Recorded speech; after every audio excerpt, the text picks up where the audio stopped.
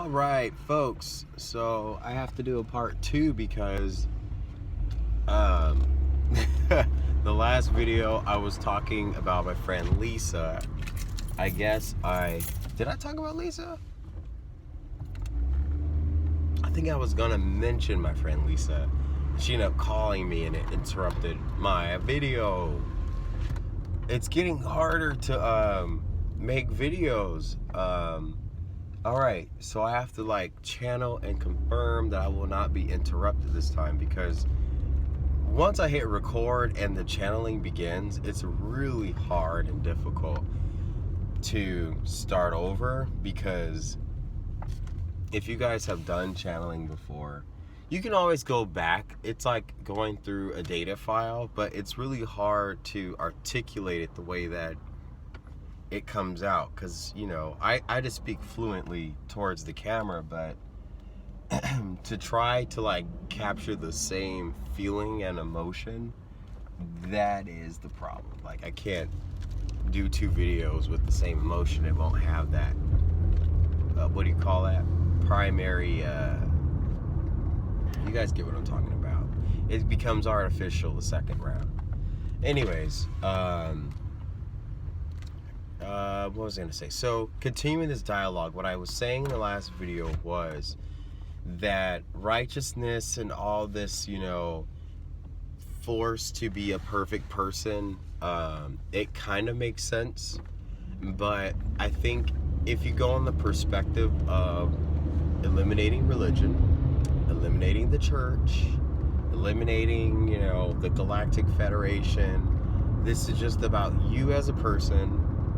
And how can you live a better life? Well, it depends on how much time does it take for you to look around you and then have some self-evolution. That's really what it's all about. And I think eventually you start to go, I'll use myself as an example, since I'm conceited. I'm just kidding, I'm not conceited. But I'll use myself as a perfect example. Like this week, for example, meat is I was a vegetarian for 3 years, and a year ago I was having signs of becoming anemic if I did not put B12 and amino acids in my body immediately. And unfortunately, red meat has the highest amount of B12 you can think of, and some fleshy meats do have amino acids, and chicken, and also because I'm an athlete and a exercise instructor, I need the collagen. Collagen comes from the fat that comes off the bones of the meat you eat. So anyone who uses collagen or acquires collagen or puts the powder collagen in their drinks or whatever, it's animal fat. Hello. You can't get it anywhere else. Plants don't have fat. So there's no escaping being a carnivore. This week I was doing some vegetarianism because my stomach is just weird. If I'm full and I've eaten meat, it's really hard to exercise. So I'll probably save the meat for at night when I go home and go to sleep, But then the processing of it, and then you wake up, So from Sunday to now, I have been having vegetarian meals just because I just need to kind of just feel light as a feather for the moment. But that was my choice, and I feel totally internally pure. I feel clean on the inside. I feel, and then I guess the topic that I really am trying to find the courage to bring to surface is how having a sober mindset affects reality.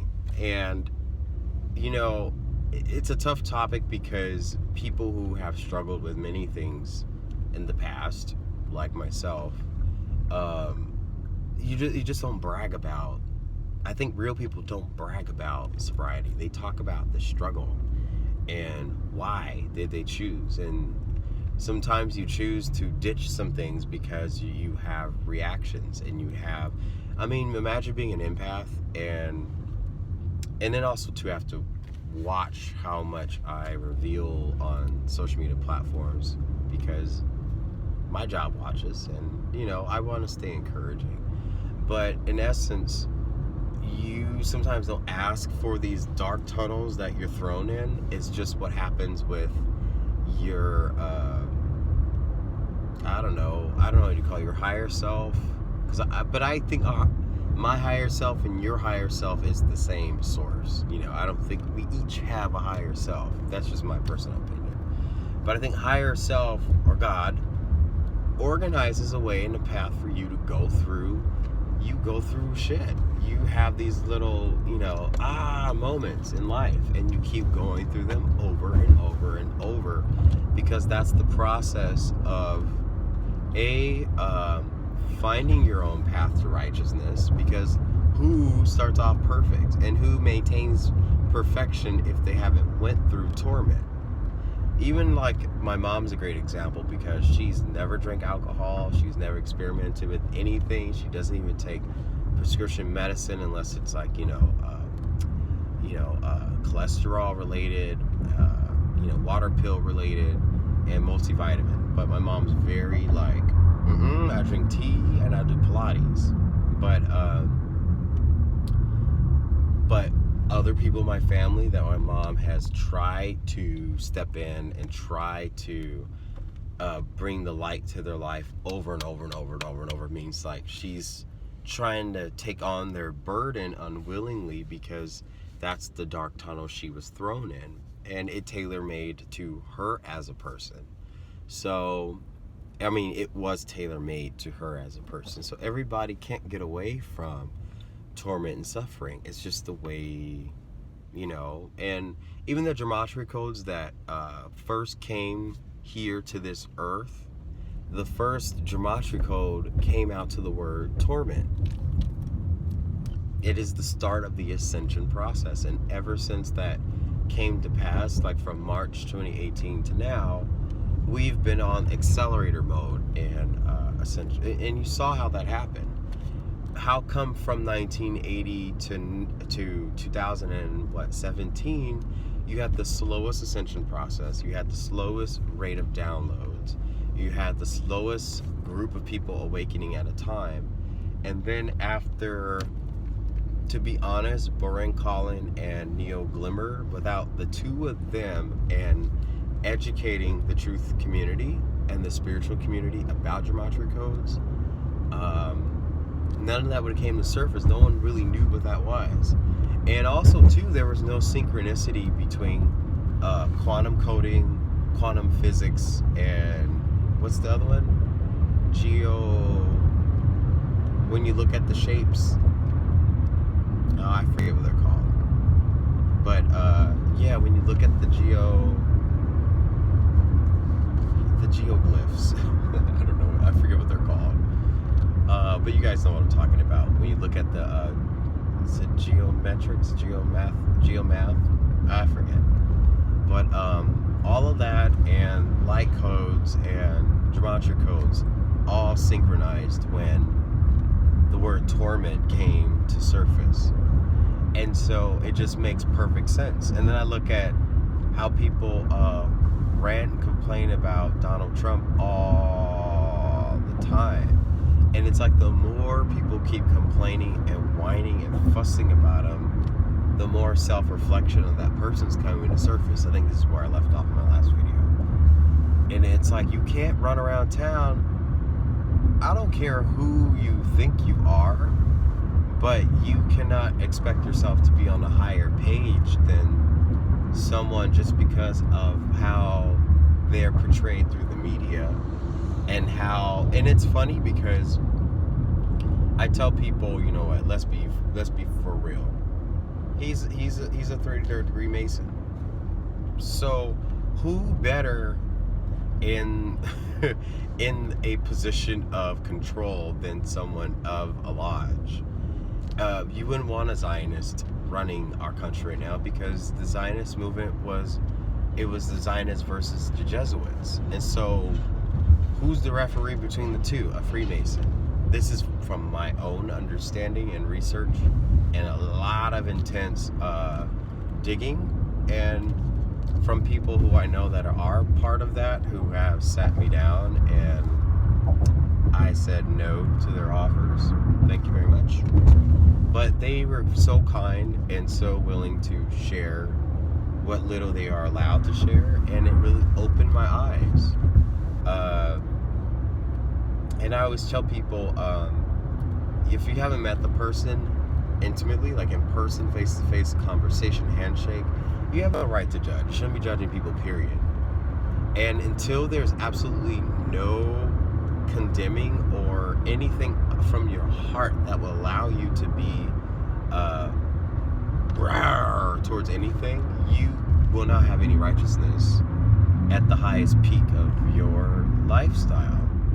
Like, righteousness, it prays for you to, shut your mouth when it comes to being upset. Like, you have to sort of diffuse being upset at all times. So there's no one can escape. Like, no one's perfect right now. There's absolutely not one person who's perfect right now. Even like the sweetest person in all the world is probably enduring something, because she understands what affliction is. And by going through affliction, she can now have a righteous life, because now she's a little bit more humble, or she's more educated on. No one gets through this matrix without some type of suffrage. You might even just be sitting at home, a luxury home, watching people go through it, but you have some partake in moving people forward. It's still suffrage. So now we're going to who is appropriate to preach the message of righteousness. And I will probably pull the conceited card. Just kidding. But I think people like you and I say you because I feel like everyone who watches my video, they're very humble, and they're very authentic, and they're very genuine. I know those are cliche words, but it's true. I usually do not say those words about a lot of people. But to be quite, I'm driving on a bridge. You see it behind me? Hey. The Vincent Thomas Bridge. It's so cool to think about. If you guys did research on Vincent Thomas or Thomas Didymus Judas, they really took the sacrifice. It's like they put themselves out on a limb for others to move forward. It's almost like when you know that it's either you or them, that you would rather take your brain and go, here, take my brain and keep going. I will stand back and, I'll hold them off. So any time that you guys ever see a TV show where someone dies in the attempt to allow the next person to move forward, that was Vincent St. Thomas and Thomas Didymus Judas. He was the twin of Jesus. Everyone called him the twin because they were very familiar in teachings and preachings. And Thomas died because he wanted to bring the truth to India, which a lot of people don't know. The Bible leaves out a lot of stuff. The 12 disciples had a mission to go to India. And it's kind of, a little bit of it is in history. We have these strange figures who really look different, who crossed over and found themselves into the territory of India. And people don't even ask why. But the Last Supper, and this is a old download message I had. The Last Supper really wasn't like saying bye to Jesus. It was really about, look, you guys have learned from me. You know the teachings, you know the truth. Now let's go fight, win. It's like a football playbook where they were plotting out and planning out their, the light's getting me. they're plotting out their not their escape play. It's in reverse. It's like, let's go and tackle these people and really like force the truth and hammer the truth down their throats at their own will. Because, and then I started figuring out, like, why India of all places? Why would they want to, out of anywhere in the world? And so I was thinking that this was the resting point of Inky, the serpent. And it's kind of weird, and correct me if I'm wrong, but I went to a Thai restaurant the other day, and I was thinking about the Buddha, Inca Buddha. It's kind of weird, but the Inca Buddha and Inca, young Buddha and the Inca god look exactly the same to me. They sit with their hand like this. Their knees are in that butterfly lotus meditation position. They have a pine cone on their head, which was symbolism of wisdom. But also too, in Thailand, they go a little bit more further, or not Thailand, but the Thai food restaurant I went to, they had the same statue, but the statue was sitting on a coil of a snake. And I was like, oh shoot, like I had like an epiphany that, who would just come up with this? And then you think of China, and China has dragons in their mascots, right? And so you think of all the Eastern territory was mostly dominated by a serpent, a snake. And even when I think about the SpaceX launches, the Dragon, the Falcon 9, I was like, Enlil was the bird of heaven. He was the falcon. Or the eagle, or, you know, Osiris, or whomever, Isis, her wings. So you have to look at things from the perspective of going through a lot of stuff, and then once you come out of it, like a car wash, you're spotless. That is the whole process. So if someone's a pastor and they're and preaching all this word and we gotta get right, it's like, okay, priest, what have you gone through in order to, like, my grandmother, she's a minister, and she can tell you stories up and down at how imperfect, let me scoot my phone up a little bit, on how imperfect she was for a very long time. And I think it was like right in her 30s is when she started saying, you know what, I'm looking at my gifts, I have some truth, I really want to do the right thing. And my great-great-grandmother told my grandmother a story about the kingdom of David and the Queen Bathsheba.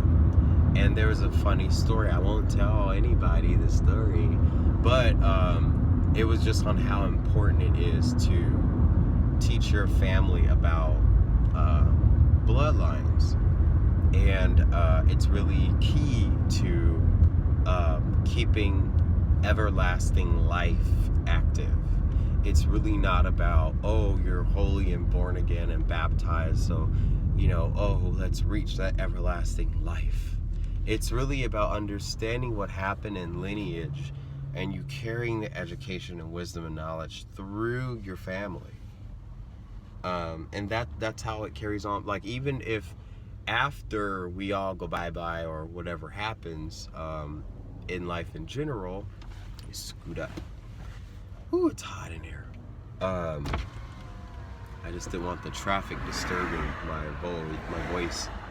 I'm gonna clean up my YouTube channel because there's too much out there from my channel, but I would hope that there's some things that will remain over time for the next 100 years, where my wisdom becomes everlasting life as well to someone who's probably didn't know. Or, you think, what, 20, 30 years from now, there won't be physical Bibles or texts. It's all going to be artificial intelligence. You ask, it will respond. Another video that I thought of doing was about transhumanism. I saw someone uploaded that today, but that's sort of like a topic that's way out of my... It's too hot in here. Why am I wearing a sweater? It's 90 degrees. 80 degrees right now. Ooh, look. 4:41. I did not plan this stuff. But anyways, I'll let you guys go. Thank you for tuning into this part 2 of righteousness. It's very sweet and simple. You know, when they say follow your heart, and it's very cliche, it all comes down to you learning that, you know, there's accountability in life. I don't know if you guys watched The Housewives of Atlanta, but I kind of have the hair of Nene. And she was trying to tell Portia, own your mistakes, own your mistakes, own your mistakes. And then it took for Nene to make a bad boo-boo. But she owned her mistake. You know, Nene she took on the affliction and endurance of Portia in the exchange of having more fame and more, you know, and she's more grounded and humble now, but I think that's just the way it goes. So instead of like telling people, oh, you're living a life of sin and you're going to hell and blah, blah, blah, how about you just tell them, why don't you just keep pressing through life? I inspire you to find the light in however you want to find the light. Like I was telling my friend Lisa yesterday, because she did one of the bravest things I could ever imagine. She did a open mic discussion about the souls that are not here. And out of all open mic events, you know, who talks about like the souls that aren't here, or even if you consider the unborn and the children that didn't get born here, or, you know, those things that we don't really consider to think about it as spiritual beings on a full retrospective life. You know, can we acknowledge the lives that aren't here anymore? Can we acknowledge the dead?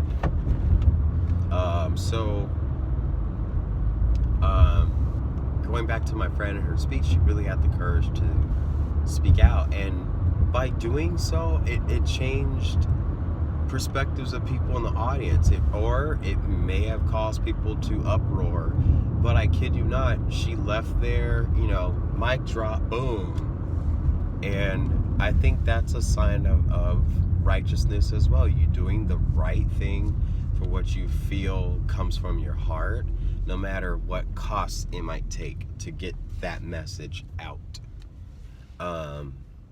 Yeah, so I think that's all. It has nothing to do with religion. It has nothing to do with how close you are to God. And, well, it could be, in essence. In essence, if you know what I mean. It's 4:44. These codes are funny. Yeah. I mean, it does have a lot to do with God, you know what I mean? But I always try to make sure that my channel speaks to the person who, you know, only knows that they go to their own soul for guidance, or they go to themselves for guidance. And that's okay too.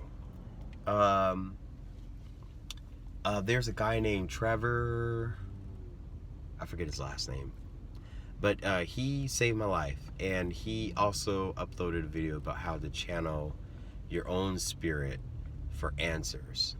And channeling yourself does have a connection to God, and it does have a connection to Source, and it has everything. It's the same thing. It's just a matter on how you perspect it. And with that said, I will let you guys go. Let's keep this dialogue going. I am profusely sweating. I need the AC on. And I will talk to you guys later. Take care, and I hope you got this message in the way that it was intended. From the heart to your heart.